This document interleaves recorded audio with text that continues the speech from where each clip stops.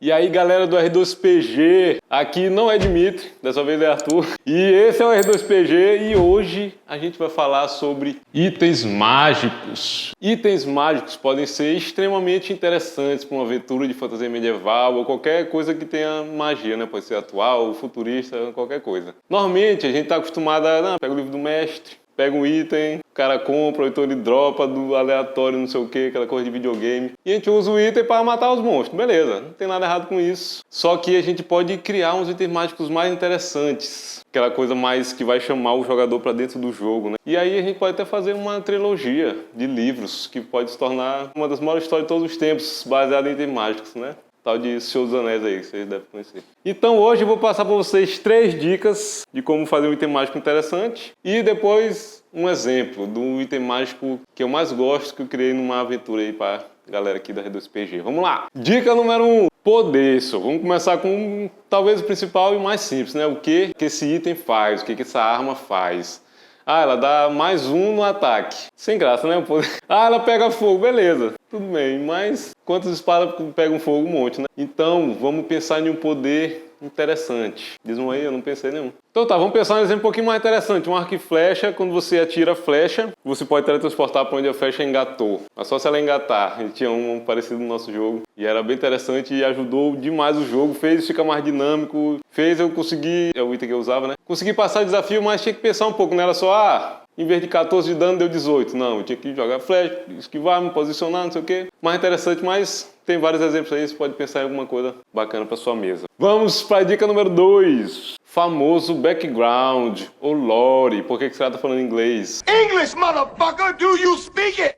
A história de um item. Aqui a gente pode falar um pouquinho de Senhor dos Anéis, né? Qual é o background do Anel do Poder? Ah, absurdo. É a história, metade da história, todo o conceito da história. Tanto é que na trilogia, na verdade, o inimigo, o chefão lá, Sauron, nem tá lá presente. Tipo, ele nem luta com ninguém. O que existe? Só o anel. Tanto é que eles não têm que matar o cara. Normalmente, qual é a história? Ah, vamos lá matar o chefão. Não, o chefão já morreu. Destruir o item. Para você ver como o item pode ser algo interessante. Se falar, eu vou fazer uma história que tu tem que destruir o item. Pode ficar aquele negócio, isso aí tem graça mesmo? Tem, né? Porque Senhor dos Anéis tá aí. E tem um pouquinho de graça, pelo menos eu acho. Então faça uma história pro seu item. Um exemplo disso eu vou deixar pro final, que é uma das partes mais importantes do item que eu vou dizer no final. Então fica até o final aí, maluco. Terceira dica, e talvez a mais interessante, é a consequência, o problema do item. Essa técnica a gente encontra também na Segunda Lei da Magia de Brandon Sanderson. Tem aí no nosso site, acho que tem um vídeo da segunda, tem, né? Não tem da terceira. Se não tiver vídeo, tem no site. Apareceu até pra mim no Google de primeira, não sei se é porque no meu celular. Vê aí, maluco, no nosso site, tá? Aí, essa segunda lei é limitação maior que poderes. O que ele quer dizer? Que limitação é mais interessante, mais importante, mais legal do que o poder da arma em si. Um anel dos Seus Anéis. Um anel, uma praga, pega aquele anel, tá lascado. Pois é, não precisa nem comentar, né? A história toda, na verdade, é sobre o defeito, a corrupção do anel, né? Ele tentar controlar a sua mente, em vez de você controlar o item controla você, que é uma analogia a dinheiro, enfim. E agora vamos para a melhor parte, que eu acho, porque foi o que fiz. Vou falar do item para vocês, a Espada do Pesar, que é o item que eu mais gosto. Por quê? Vamos lá para essas 3 etapas, né? 3 dicas. Poder. Aqui o poder vai parecer estranho, mas calma que vai dar certo. Segura, segura. Qual é o poder da espada? Ela é inspirada na espada Vorpal, um clássico, né, de D&D. A espada corta tudo. A espada Vorpal, no D&D 3.5, leva 20, não sei como é no novo, e ela cortava tudo, né? Mas essa daí não, ela corta praticamente qualquer coisa. Aí, galera, a primeira coisa que a pessoa vai pensar, essa espada é quebrada, não presta isso aqui. Te acalma, só são 3 dicas, te acalma. E agora eu vou ter que pular rapidão para a última dica, porque a segunda vai demorar demais. O defeito, qual que é o defeito? São 3. Ela é muito pesada, não importa. E o peso é tipo parecido com o Mjolnir. É Mjolnir? Mjolnir? O martelo do Thor, foi inspirado um pouco nisso. Não importa se você é forte ou não, ela vai ser pesada para qualquer um. Então, ela corta tudo, mas é difícil você acertar o alvo, né? E o segundo é que ela vai deixar você muito triste. Você começa a chorar, fica deprimido, você não vai ter vontade de lutar, não vai ter vontade de usar a espada, não vai ter vontade de fazer nada. Vai ficar como se fosse depresso. E o terceiro, eu vou contar a história agora das espadas. Essa história ela se passa no mundo Devorador de Sonhos, que a gente jogou na live um tempo e ainda vai continuar, né? Tinha um reino com essa princesa e ela, por algum motivo que tinha uma intriga política, não lembro mais, faz um tempão. Mas o importante é que queriam matar ela.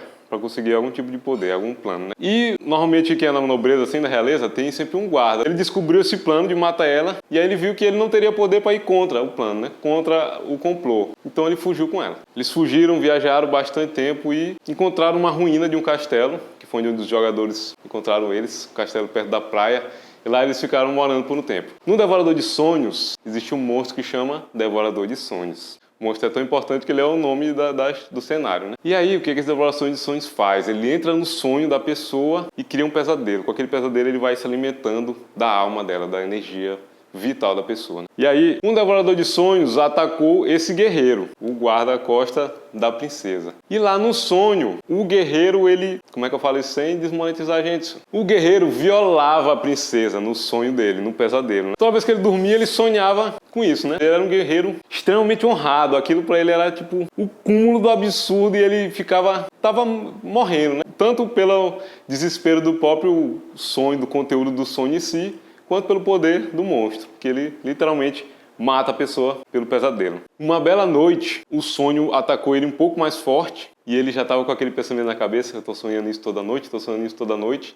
E aí ele pensou que ele de fato tinha feito. Pensou que não tinha sido só um sonho. E aí, quando ele acordou, ele não aguentou mais, tirou a própria vida com a espada dele. Aí a princesa encontrou ele morto, pensou, aqui obviamente tem uma inspiração de Romeu e Julieta, só que é um pouco diferente. Ela gostava dele, mas não foi só por isso. Ela pensou, não tem como eu sobreviver sozinha nesse lugar aqui, e é um mundo cheio de monstros, cheio de perigo. Ela só estava viva por causa desse cara, né? Sem ele, ela não ia durar muito, então ela se matou também com a espada. E essa é a espada do pesar. Essa espada que passou por essa história. Então lembra, eu falei que a dica era background. Então nesse caso, eu não fiz o item e depois fiz uma história para ele. Eu fiz a história e a história criou o item. Esse item é um item amaldiçoado criado por causa de todo esse sentimento e essa maldição e essa situação que aconteceu com eles dois. E aí, lembra que a história tinha 3 defeitos? Agora é o 3º defeito. O jogador que usa a espada, ele começa a sonhar sobre a história. E aí ele vai sonhando da história, vai aprendendo o que aconteceu com os dois, com o guerreiro e a princesa. Quanto mais ele vai aprendendo sobre a história, a espada vai se rachando. Quando a espada se racha, ela fica mais leve. Tem a ver com ela, realmente, você entende a situação, você vai ficando mais leve, aquela situação ruim vai ficando mais aceitável, né? Você vai ficando, analogia leve, e aí ela vai ficando menos poderosa. Então fica mais fácil de usar, só que ela corta menos. Quanto mais a pessoa vai aprendendo a história, mais isso vai acontecendo, até que chega no ponto final. Qual que é o ponto final? Você encontra com a alma das 2 pessoas que está presa na espada. Isso aqui não aconteceu no jogo. Olha pra galera aí. Eu vou dar esse spoiler aí e vocês podem usar essa história se quiser. É uma pena que não aconteceu no jogo, mas é isso aqui. Se o jogador quiser contar pro guerreiro que ele foi atacado por um devorador de sonhos e que ele não fez nada, que ele é inocente, a alma deles é liberta e eles saem da maldição. O poder deles sai da espada e a espada se quebra. E o jogador perde o melhor item que ele tem. Se ele não contar a história para a alma dos dois, que eles se encontram no sonho, os dois continuam sofrendo para sempre e o jogador vai ficar com a espada mágica para sempre. E essa aí é a história e o dilema para o seu jogador, se você quiser usar essa história. Ou então, faça seu próprio item, baseado em tudo que eu falei hoje, e assim a sua aventura vai ficar mais épica. E roubando a fala de Dimitri, não é para isso que nós jogamos. Comente aqui o que você faria. Você libertaria o sofrimento eterno daqueles dois ou você deixaria eles na pindaíba para continuar com os melhores itens do jogo? Diz aí embaixo. Falou!